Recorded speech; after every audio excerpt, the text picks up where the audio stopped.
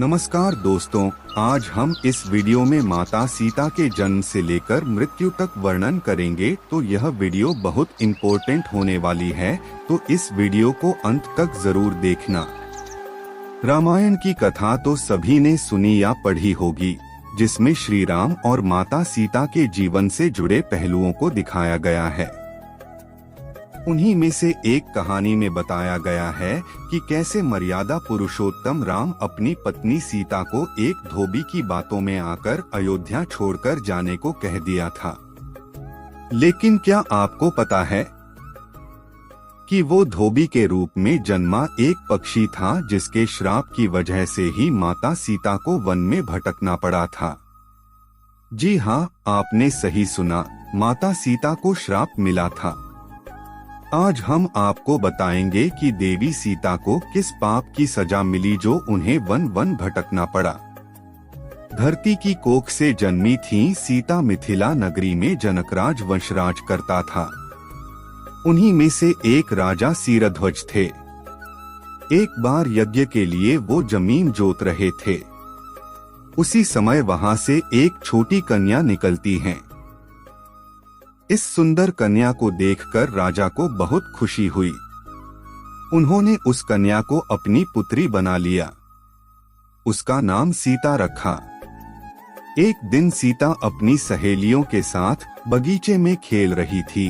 वहां उन्हें एक तोते का जोड़ा दिखाई दिया, जो बहुत ही खूबसूरत था।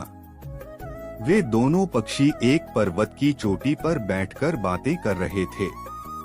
पृथ्वी पर श्री राम नाम से विख्यात एक बड़े सुंदर राजा होंगे। उनकी महारानी का नाम सीता होगा।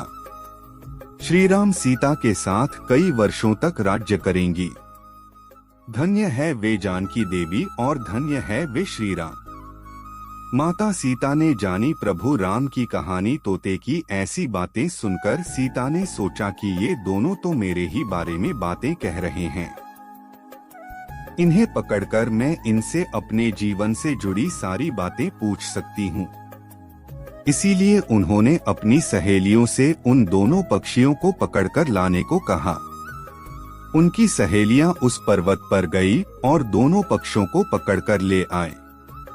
माता सीता उन पक्षियों से कहती हैं कि तुम दोनों बहुत सुंदर हो, देखो डरो नहीं, मैं तुम्हें कोई नुकसान नहीं पहुंचाऊंगा। तुम बस मुझे ये बताओ कि तुम कौन हो और कहां से आए हो। राम कौन है और सीता कौन है? तुम्हें उनके बारे में कैसे पता है? पक्षी जोड़े ने सुनाई श्री राम जन्म की कथा। माता सीता के पूछने पर दोनों पक्षी बताते हैं कि एक बहुत विख्यात महर्षि वाल्मीकि, हम दोनों उन्हीं के आश्रम में रहते हैं।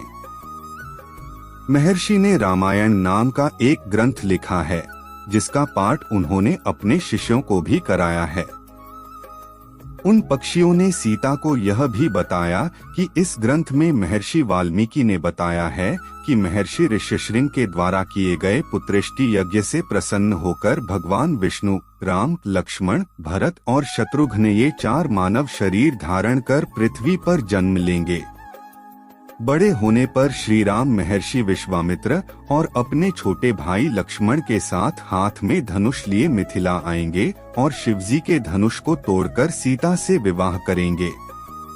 राम और सीता का विवाह फिर उस पक्षी के जोड़े ने कहा, हे सुंदरी, हमने तुम्हें सब कुछ बता दिया, अब हमें छोड़ दो, हम जानना चाहते हैं।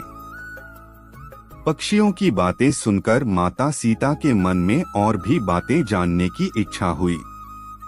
उन्होंने उन दोनों से पूछा कि राम कहाँ होंगे, वे किसके पुत्र हैं, कैसे वो मिथिला आकर जानकी से विवाह करेंगे। नर तोता बोला कि श्री रामचंद्र का मुख कमल के समान सुंदर नेत्र, बड़े बड़े और खिले हुए नासिका, ऊंची पतली भुजाएं, घुटनों तक गला शंख के समान होगा। मैं उनका क्या वर्णन करूं, जिनके गुणों का बखान 100 मुख वाला भी नहीं कर सकता। दोनों पक्षी कहते हैं कि जानकी देवी धन्य है, जो जल्द ही रघुनाथ जी की पत्नी बनकर उनके साथ कई वर्ष तक रास करेंगे। लेकिन तुम कौन हो? पक्षियों की बातें सुनकर सीता ने कहा कि जिसे तुम लोग जान की कह रहे हो वो मैं ही हूँ। नर तोते की विनती माता सीता उन्हें कहती हैं कि मैं तुम दोनों को तभी छोड़ूंगी जब श्री राम यहाँ आकर मुझसे विवाह करेंगे, तब तक तुम दोनों आराम से मेरे घर में रह सकते हो।